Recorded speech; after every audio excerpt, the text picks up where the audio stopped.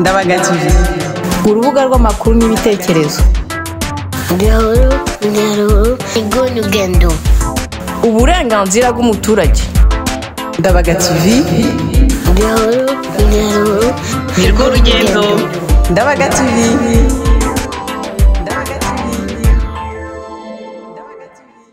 Ikaze kuri Ndabaga TV, urubuga rw'amakuru ndetse n'urw'ibitekerezo. Mbere yo gutangira reka twongere kubisabira kuduha subscribe, kuza kuduha like niba mwakunze ikiganiro no kuza kugisangiza abandi.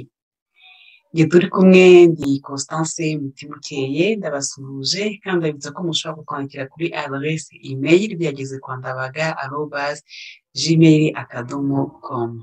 Uyu munsi rero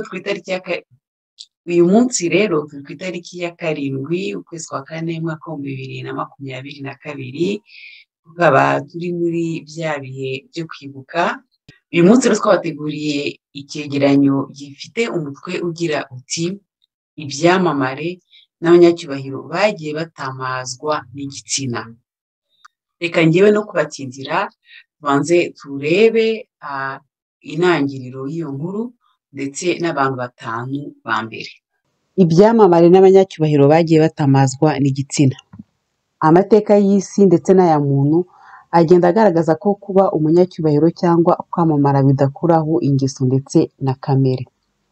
Niyo mpamvu hari abantu benshi bakomeye bagiye bagaragaraho amakosa ndetse n'ibyaha bitandukanye byiganjemo ubusinzi, ubusambo, ubusambanyi n'ibindi byinshi.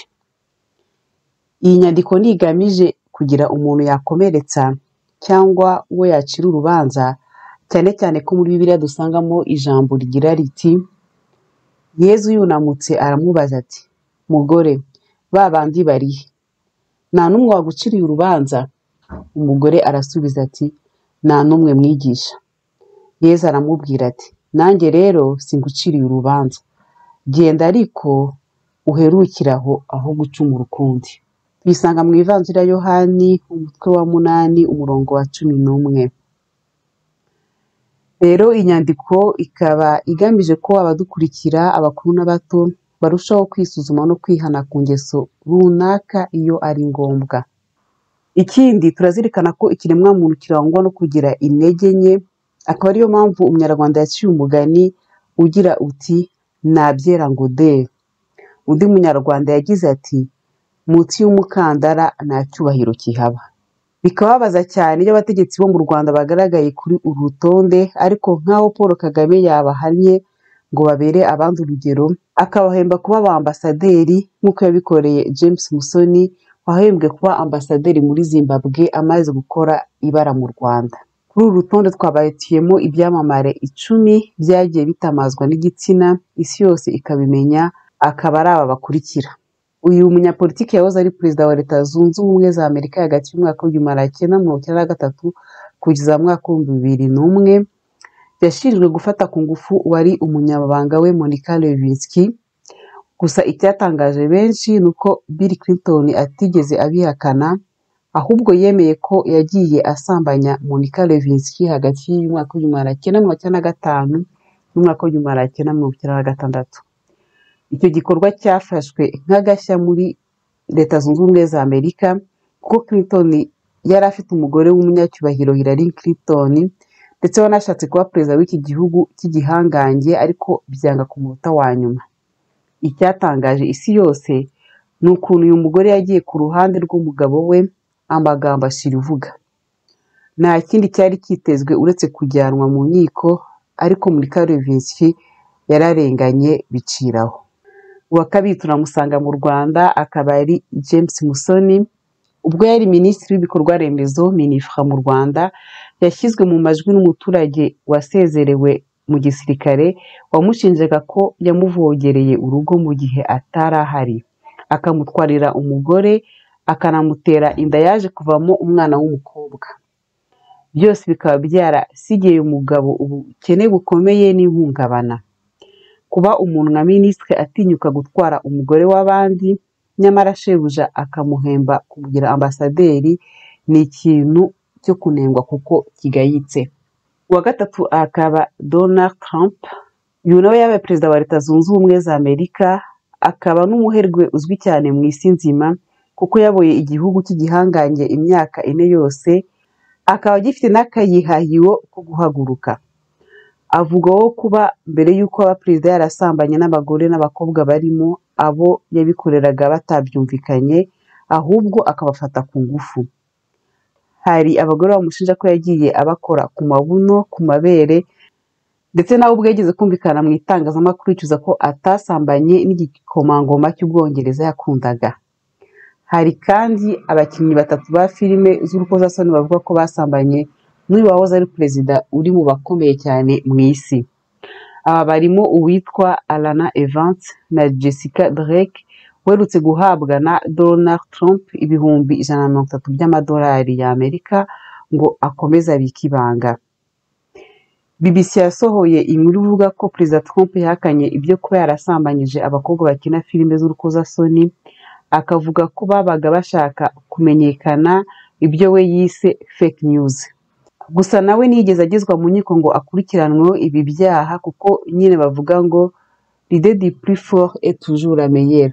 Aka karengane se kazageraho gashire ku isi? Ni ukubitega amaso. Ku mwanya wacu wa 4 hariho umuhanzi uzwi ku izina rya R. Kelly. Ku myaka ye 55 y'amavuko, uyu muhanzi w'icyamamare ukomoka muri Leta Zunze Ubumwe za Amerika akurikiranyweho ibyaha 4 birimo gusambanya abana, kubakinisha filime z'urukozasoni, akaba azasomerwa mu kwezi kwa Gicurasi mwaka 2022. Nyuma yo kujurira inshuro nyinshi ari nako aburanira mu nkiko zitandukanye. Byibuze uyu yagejejwe mu nkiko kugira ngo abo yahohoteye bahabwe ubutabera buboneye. Ku mwanya wa 5 twaba dufite Antoine Ruvebana. Uyu mugabo gito yigeze kuba umunyamabanga uhoraho muri minisiteri yari ishinzwe ibiza n'impunzi Midimar, ubu yahindutse Minema. Hashize iminsi adasiba mu itangazamakuru avugwaho ko hari abakobwa yasambanyije ku ngufu ndetse ko ari gukurikiranwa n'inzego z'ubutabera. Gusa urubanza rwe rwarazinzitswe ari nako abo yasambanyije ku gahato batabona ubutabera. Ruvebana yabaye umunyamabanga uhoraho muri Midimar hagati y'umwaka 2012 n'umwaka 2017 ubwo yasimburwaga na Kayumba Olivier. Uyu mugabo yakozweho iperereza rya nyirarureshwa ku byaha byo gufata abakobwa ku ngufu. Ni amakuru menshi inzego z'ubutabera zitanga kuri dosiye ye, yaba umubare wabo yasambanyije ku gahato n'ibindi bijyanye nabyo, usibye kuvuga ko ari benshi. Ikibabaje nuko akomeje gukingirwa ikibaba na FPR abereye umwambari, ndetse hakaba nta cyakozwe ngo aryozwe ibyaha ashinjwa. Umuvugizi wa RIB Dr Murangira Thierry yigeze kugira ati akurikiranyweho icyaha cyo gufata abakobwa benshi ku ngufu, afungiye kuri sitasiyo ya RIB ya Kicukiro, ariko ikizwi nuko atigeze afungwa ngo aryozwe ibyaha bye. Ukibaza rero icyo FPR ikorera mwene aya makinamico n'icyo yungukiramo. Ndabaga TV, urubuga rw'amakuru n'ibitekerezo. Urugendo. Uburenganzira bw'umuturage. Ndabaga TV, nirwo rugendo. Ndabaga TV.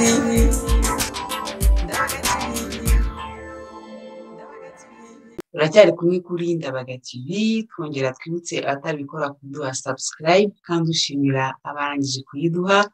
Kuri mwe mwese turasaba kuza kuduha like mu gihe mwamakoze kino kiganiro no kugisangiza abandi. Uko twayibonye bishobora kuba kuri buri muntu wese, kugera naho ari igihe umuntu atakaza umwanya yari afite ibyo yaharaniye, umuntu akaba yakwibaza niba byari bikwiye ko umuntu atakaza ibintu yaharaniye ubuzima bwe bwose kubera igitsina.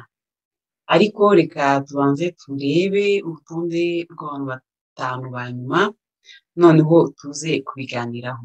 Ku mwanya wacu wa 5 turahasanga Mr Tonto Nuye nabo Isa Abdul Karim Shaban. Urwego rw'igihugu rw'ubugenzacyaha RIB rwatangaje ko rwafashe umunyamakuru ukorera Radio Fine FM i Kigali akurikiranyweho gusambanya umwana w'imyaka 17 y'amavuko.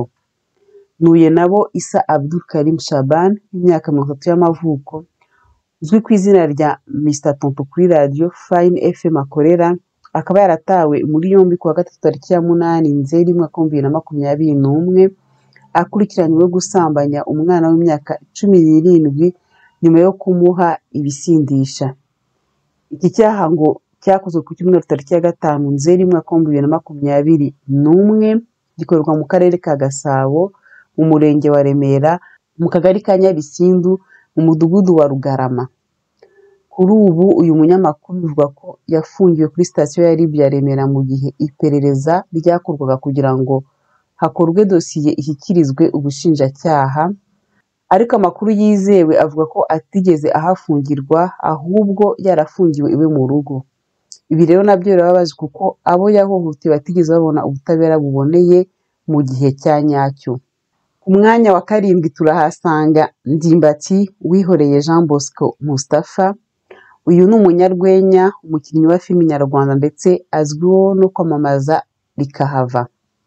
Gusa ku itariki ya 10 Werurwe 2022 nibwo urwego rw'igihugu rw'ubugenzacyaha RIB rwamutaye muri yombi. Icyo gihe umuvugizi w'urwo rwego Murangira Thierry yatangaje ko uyu mugabo akurikiranyweho gusambanya umwana w'umukobwa witwa Kabahizi Firdaus. Ubu yakatiwe iminsi 30 y'agateganyo ishobora kuzavamo imyaka n'imyaniko kuko gereza zo mu Rwanda zicumbikiye abantu bagera kuri 20% baba bafunze iminsi 30 y'agateganyo. Ni ukuvuga ko umufungwa umwe muri 5 aba afunze mu buryo budakurikije amategeko. Nubwo Ndimbati yahawe umwanya ngo yiregure, yagaragaje ko ibyamubayeho ari akagambane. Nyamara ibimenyetso bya gihanga byerekanye ko abana babyawe na Kabahizi ari abe. Umushinjacyaha yagaragaje ko ku itariki ya 9 Werurwe 2022 aribwo umukobwa witwa Kabahizi ariko benshi bita Firdaus yaregeye ubugenzacyaha akabamenyesha ko Ndimbati yamusindishije yarangiza akamusambanya, byanabaviremo kubyara abana 2 b'impanga. Ikindi umushinjacyaha yagaragaje nk'ikimenyetso gikomeye ni ifishi y'inkingo uyu mukobwa yafashe akiri umwana zigaragaza ko yavutse tariki ya 7 Kamena 2002. Bityo icyo gihe bahuriye umwana yari atarageza imyaka y'ubukure. Ibyo rero yita akagambane ntibirabasha gusobanuka. Ku mwanya wa 8 turahasanga Gisupusupu Nsengiyumva François. Uyu muririmbyi w'imyaka 43 y'amavuko yatawe muri yombi ashinjwa gukoresha umwana muto w'umukobwa w'imyaka 13 y'amavuko imirimo y'ingufu ndetse no kumusambanya. Ariko uko urubanza rwe rwarangiye byagizwe ibanga ngo kuko basanze uyu mwana ku myaka ye y'imyaka 13 y'amavuko yari yarabaye umugore kera. Ibi rero nta muganga urabasha kwerekana uburyo uyu mwana w'umukobwa yari umugore. Nabyo bimenyetso bya gihanga byigeze bigaragazwa ngo uyu mwana ahabwe ubutabera. Gusa kuko yahohotewe n'icyamamare gifite amafaranga byarangiriye aho. Ariko nanone aha twashyiramo ugushidikanya ko iyi dosiye ishobora kuba ari imwe muri za zindi nyinshi aho FPR ikoresha ibihimbano kugira ngo ibuze abantu kuvuga cyangwa ibafunge. Ku mwanya wa 9 tuhasanga François Hollande. Uyu yahoze ari perezida w'Ubufaransa, yavuzweho gusambana na Julie Gaye bisenya umubano yari afitanye n'umugore we Valérie Trierweiler. Uyu wahoze ari umugore wa perezida yavuze ko gutandukana na Hollande byatewe n'amakuru yasomye mu gitabo cyanditswe ku ishyano y'igitsina kuri perezida Hollande cyiswe Scandale de Sexe, kivuga ku mubano wa Hollande na Gaye. Uretse iki gitabo nta na hamwe bigaragara ko Hollande yagejejwe imbere y'inkiko ngo abazwe kuri iki cyaha. Ku mwanya wa 10 turahasanga Jacob Zuma. Uyu waherutse kweguzwa ku mwanya wa perezida wa Afurika y'Epfo, ariko si ubusambanyi bwatumye yeguzwa ahubwo ni ruswa n'ibyaha bifitanye isano nayo. Umugore w'umunyamakuru yamushinje kumufata ku ngufu. Uyu mugore yabwiye itangazamakuru ryo muri Afurika y'Epfo ko mu mwaka wa 2005 yamutumiye mu nzu ye iri mu ishyamba akamwinjiza mu cyumba akamusomeramo byimbitse bikarangira amusambanyije. Iki cyaha nacyo cyarirengagijwe maze uyu wahohotewe ataha amaramasa. Mu kwanzura iyi nkuru ivuga ku byamamare n'abanyacyubahiro bagiye batamazwa n'igitsina twavuga ko igiteye amakenga ari uko igitsina gore kitajya kivuga cyangwa se gishyirwe ahagaragara, kuko kenshi iyo habayeho gufatirwa mu cyaha bo badatangazwa ndetse kenshi ntibanakurikiranwe mu nkiko. Gusa biba biteye agahinda iyo ubona FPR Inkotanyi ikingira ikibaba aba bahohoteye abana, ukumva ngo hasambanyijwe abana 23,000 ariko abagezwa mu nkiko ntibarenge 4,000. Niba se gusambanywa ku ngufu byarabaye indi ntwaro yo guhohotera inzirakarengane, amaherezo azaba ayahe? Imana y'u Rwanda idutabare. Atari ibyo ibikomerezwa bizakomeza byigaragaze mu byaha leta ya FPR ibikingire ikibaba. Umusozo rero w'ikiganiro cyacu, nk'uko twatangiye tubivuga, ntabwo twari tugamije gucira urubanza abantu, cyane cyane ko umuntu wese ashobora kugira intege nkeya. Ni ingingo ikomeye cyane cyane bitewe n'igihugu umuntu abamo, kuko imyumvire kuri iyi ngingo ntabwo iba imwe. Hari aho biba ari ishyano, hari n'abagira tolerance. Urugero nka François Hollande yabikoze ari umukuru w'igihugu, akomeza aba umukuru w'igihugu, ntabwo ari byo byamuvanye ku mwanya w'ubuyobozi, nuko yakoze politiki mbi agatsindwa.